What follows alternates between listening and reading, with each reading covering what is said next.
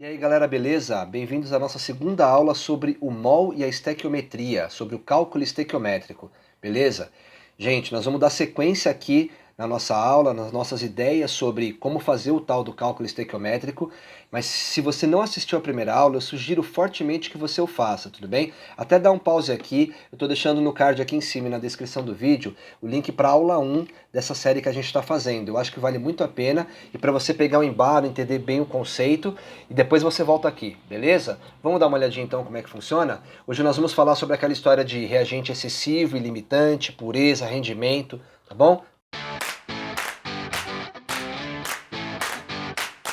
Queria lembrar então para vocês a ideia dos coeficientes estequiométricos, que são aqueles numerozinhos que ficam na frente do símbolo do elemento ou da substância e que vem do balanceamento. Então tem que saber balancear a equação para fazer o cálculo estequiométrico, beleza?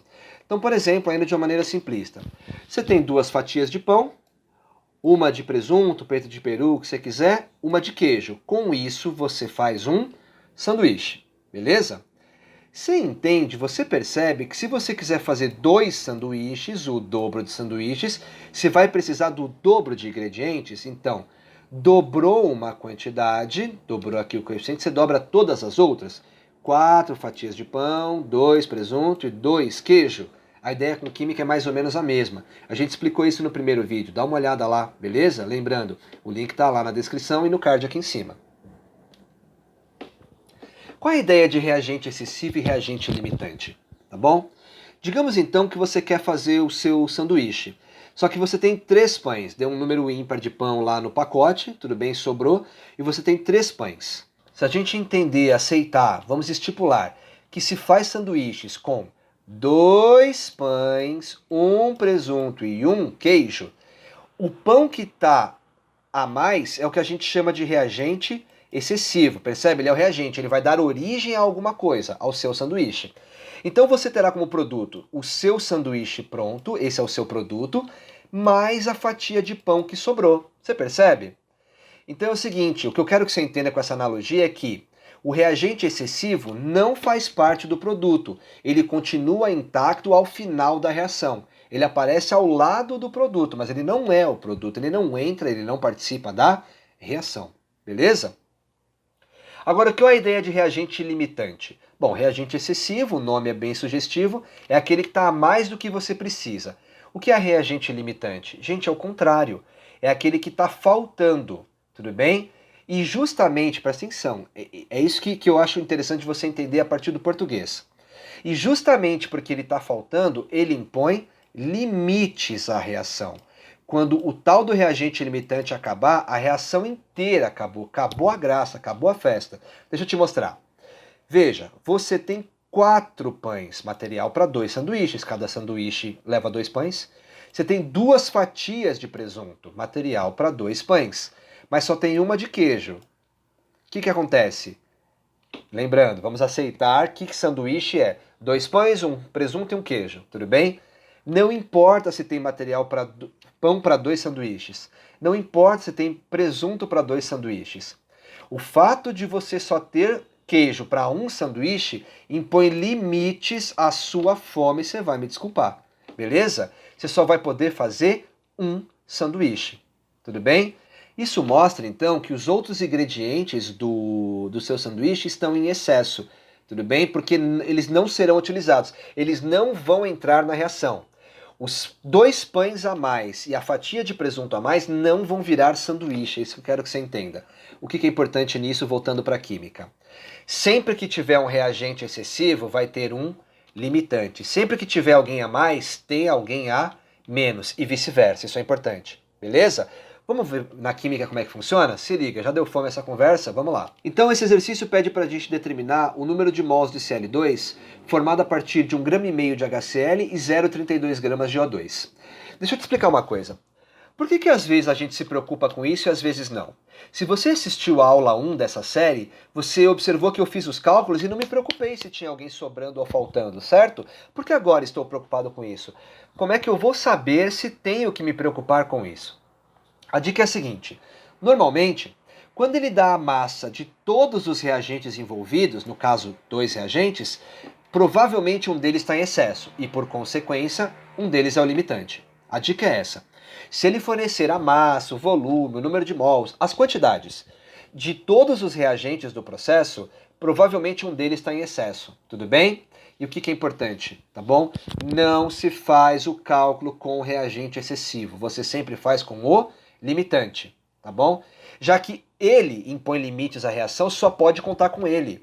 Lembra lá do meu exemplo dos pães? Não adianta que você tenha os 4 pães o suficiente para fazer 2 sanduíches se você não tem queijo suficiente para 2 sanduíches. Você não vai usar os 2 pães. Dos 4, 2 você não usa. Não se faz conta com reagente excessivo. Você faz sempre com o limitante. Beleza? Vamos lá. Por isso que é importante você saber qual é o excessivo e qual é o limitante, para usar o limitante no cálculo. Então, eu quero te mostrar uma coisa. Embora a pergunta seja sobre o Cl2, primeiro a gente vai ter que descobrir qual deles é o excessivo, qual deles é o limitante, para usar o limitante. Aí a gente responde a pergunta. Então, vamos lá?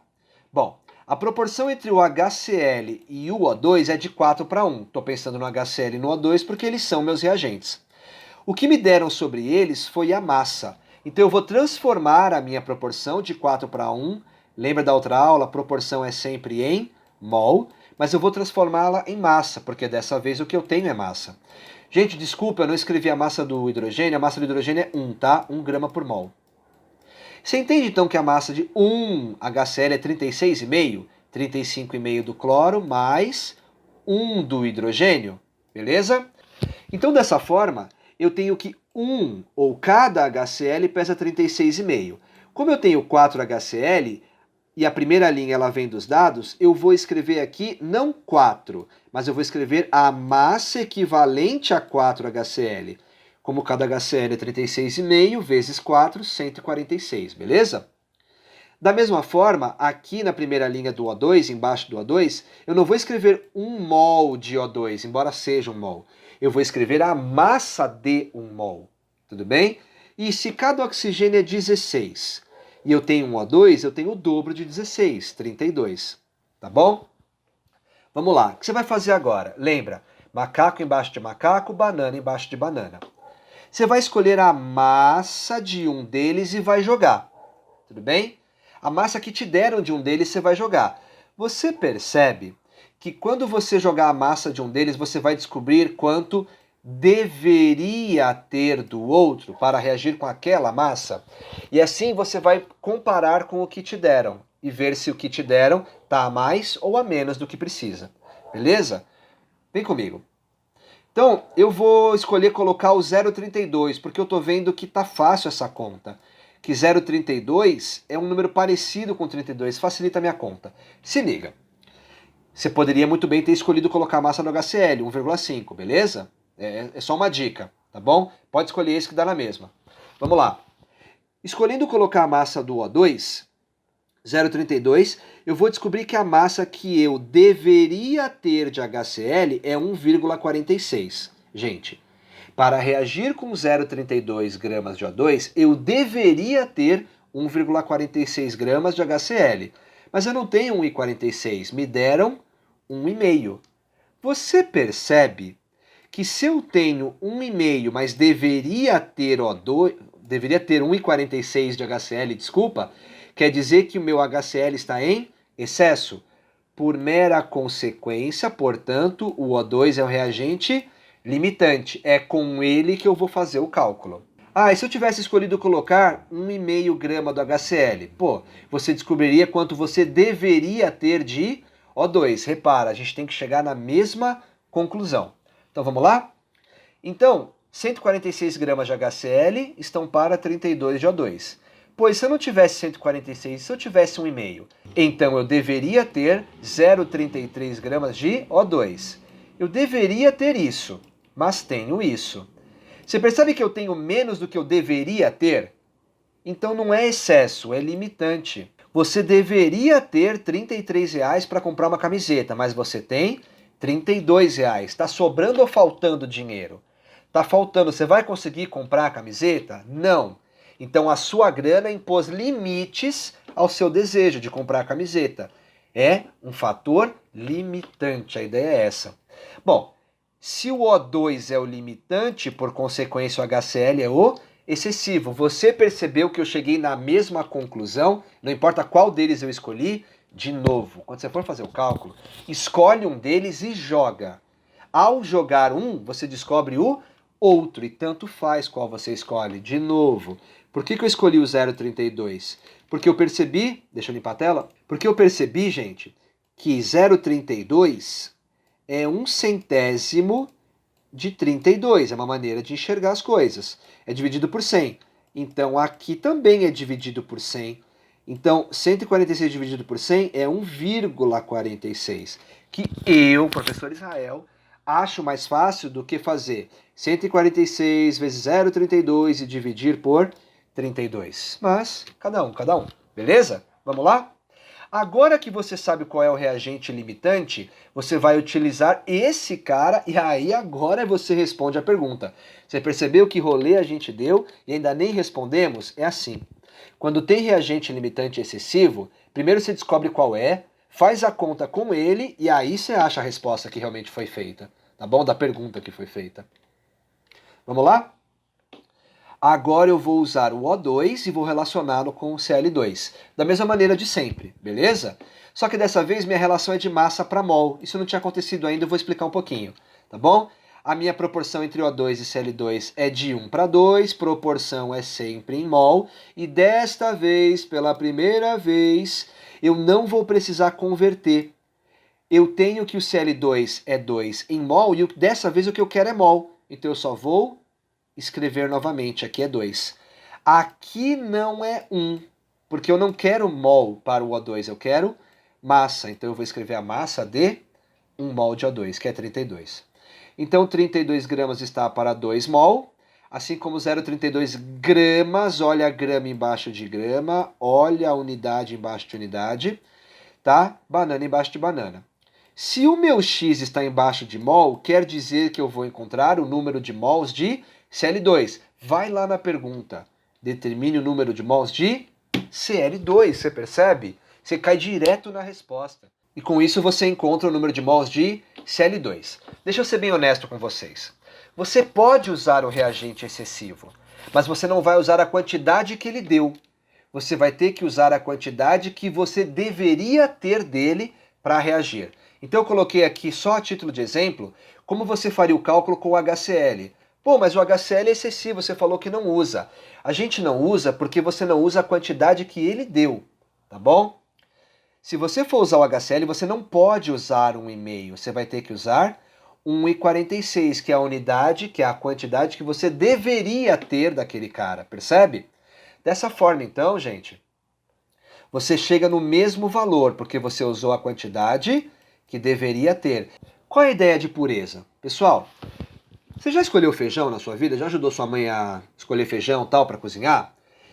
O que você já encontrou lá no feijão quando você escolheu? Eu já encontrei pedra, já encontrei milho, tem feijão zoado, certo? Então vamos lá. Imagina que você tem 30 grãos ali, grãos, entre aspas, grãos, pedacinhos, coisinhas lá no saquinho. Desses 30 grãos, 22 são realmente feijões, tudo bem? Mas dos 30 grãos você encontrou 4 pedrinhas e 4 grãozinhos de milho. Juro, eu já achei grãozinho de milho lá no saco de feijão, tá bom? Qual é a pureza, então, do que a gente vai determinar? Pureza é quanto de uma substância é só ela dentro de uma mistura. Entenda. Perceba, num saco de feijão deveria ter apenas feijão. A ideia é essa, certo? Mas não tem, não é assim que a banda toca. Então, pureza é pensar o seguinte. No saco de feijão, quantos grãos daqueles que estão no saco são realmente de feijão? No meu exemplo, ter 30 feijões seria 100%. Seria dizer que tudo o que tem naquele saquinho é só feijão, uma pureza de 100%. Pô, mas não tem 30 feijões, tem 22 daqueles 30 grãos, só 22 são de feijão. Então qual é a minha pureza? No caso, 73%. Dando um exemplo com substâncias, vamos dar uma olhada. Determine a massa de ácido fosfórico necessária para reagir completamente com 8 gramas de NaOH com 80% de pureza. Gente, a forma de fazer o cálculo é o mesmo. Repara que dessa vez você não precisa se preocupar com reagente limitante excessivo, porque ele só me deu a massa de um dos reagentes, eu nem sei a do outro, então como é que eu posso saber se tem a mais ou a menos, percebe? Não se preocupe com isso, é uma questão de pureza. A questão é a seguinte, Quando você for montar o cálculo, você vai perceber que os seus dados estão em massa. Lembre-se que a proporção é sempre em mol e você vai transformar em massa. Então a primeira linha, como ela vem dos dados, eu sei que 1 mol de ácido fosfórico, pesa 98, está para 3 mols de NaOH, que pesa 120. Como a minha pergunta é sobre o ácido fosfórico, já sei que meu X está aqui. A questão é que essa é uma regra de 3, então falta um número aqui. Mas que número eu coloco? Que número vai entrar aqui? Tudo bem? O que eu quero que você entenda nesse ponto é a sutileza. Você não pode escrever 8 gramas aqui.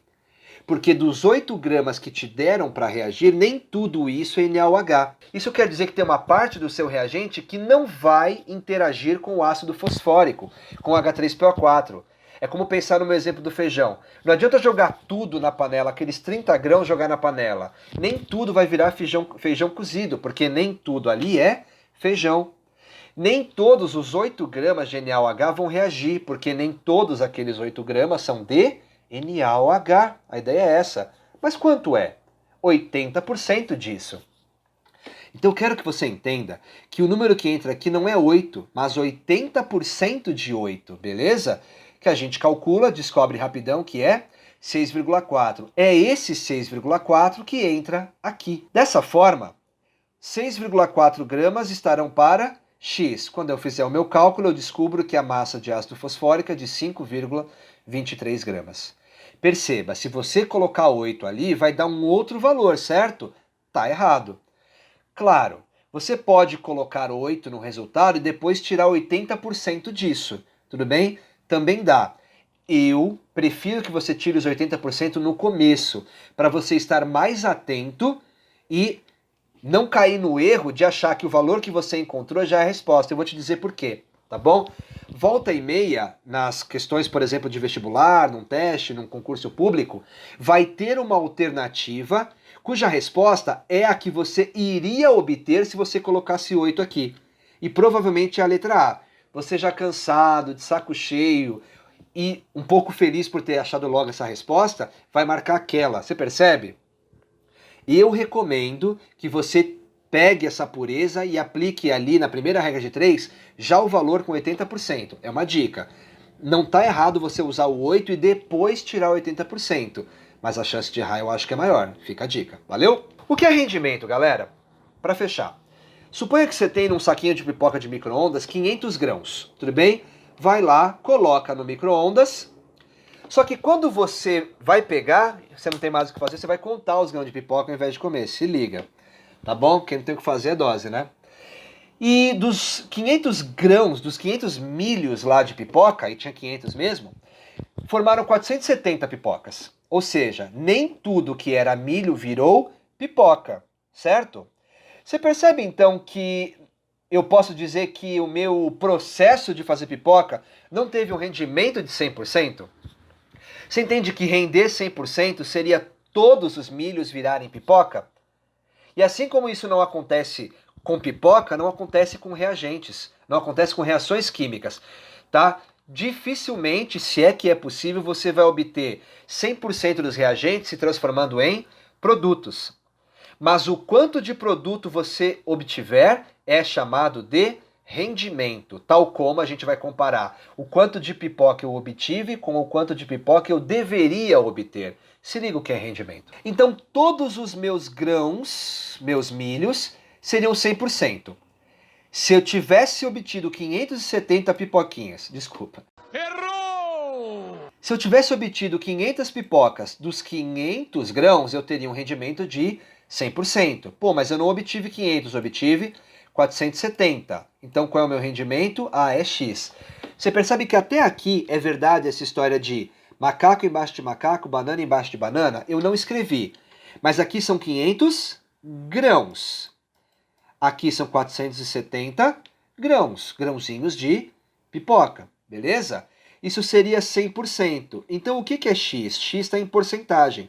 Porcentagem é rendimento. E no caso deu 94%. Ou seja, isso quer dizer que a cada 100 grãozinhos de milho, 94 viraram pipoca. É isso que significa. Beleza? Vamos para um exemplo? Calcule o volume de amônia formado na reação de 3,5 toneladas de NH2 com H2 suficiente, considerando um rendimento de 90%. Repara que eu não vou me preocupar com reagente limitante excessivo, tá bom? E eu sei que o meu rendimento foi 90%. Lembra, a primeira linha é o que você deveria obter, a segunda linha é o que você realmente obteve. Desta vez eu tenho uma relação entre massa e volume, minha proporção é de 1 para 2. Dessa vez eu não estou nem aí pro hidrogênio, tá bom? A proporção, lembre-se, é sempre em mol, mas dessa vez vou transformar em massa para N2 e volume para amônia. Minha relação entre massa e volume, entre mol e volume, é que 1 mol na CNTP equivale a 22,4 litros. Valeu? Bom, 1 mol de N2 pesa 28. E 2 mols de amônia, 44,8. Gente, se 1 mol equivale a 22,4, 2 mols é o dobro disso, 44,8. Perceba que minha pergunta é sobre amônia. Então, meu X vai na linha da amônia. Percebe? Ficou bem retinho, né? Ficou legal esse negócio. Que beleza! Ficou, ó, uma bosta! Banana embaixo de banana, macaco embaixo de macaco. Se aqui é grama, aqui é grama. Pô, mas ele me deu tonelada. É, criança, você vai ter que transformar a tonelada em grama. Você podia ter transformado 28 gramas em tonelada, sem problema. Eu acho os dois praticamente a mesma coisa de difícil, tá bom? Fato é, se em cima é grama, embaixo é grama. Ah, tonelada em cima, tonelada embaixo. Gente, banana embaixo de banana, macaco embaixo de macaco, valeu? Bom, multipliquem crãs. Tudo bem? E você vai encontrar que x vale 5,6 vezes 10 a sexta litros, certo? Não. Este valor é o que você deveria obter, tudo bem? Se tudo o que é N2 se convertesse em amônia. Mas o próprio texto diz que o rendimento é de 90%. Quer dizer que 5,6 vezes 10 a sexta litros é 100%. Como o seu rendimento é de 90%, a sua resposta não é 5,6 vezes 10 a sexta, mas 90% disso. Ou seja, 504 vezes 10 a sexta litros. Valeu? Para fechar essa aula tão longa, mas acho eu tão necessária e espero tão esclarecedora, eu convido você a fazer esse exercício aqui e a gente já volta com a resposta. Dá um pause aí, beleza? E a gente já troca uma ideia.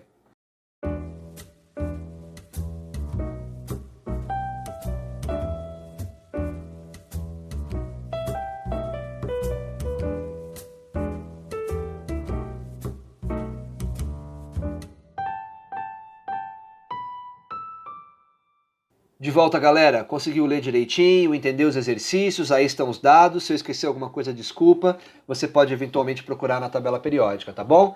Vamos lá? Exercício 1 e exercício 2 deram esses valores aqui. Você tem 32 gramas de CO2 formados, e o reagente em excesso é o ferro, e o excesso de reagente é de 10 gramas, tá bom? Gente, muito obrigado pela atenção, espero que você tenha entendido, que tenha clareado sua mente. Se ficaram dúvidas, o que é muito provável, deixa aqui nos comentários e a gente se vê na próxima aula. Valeu!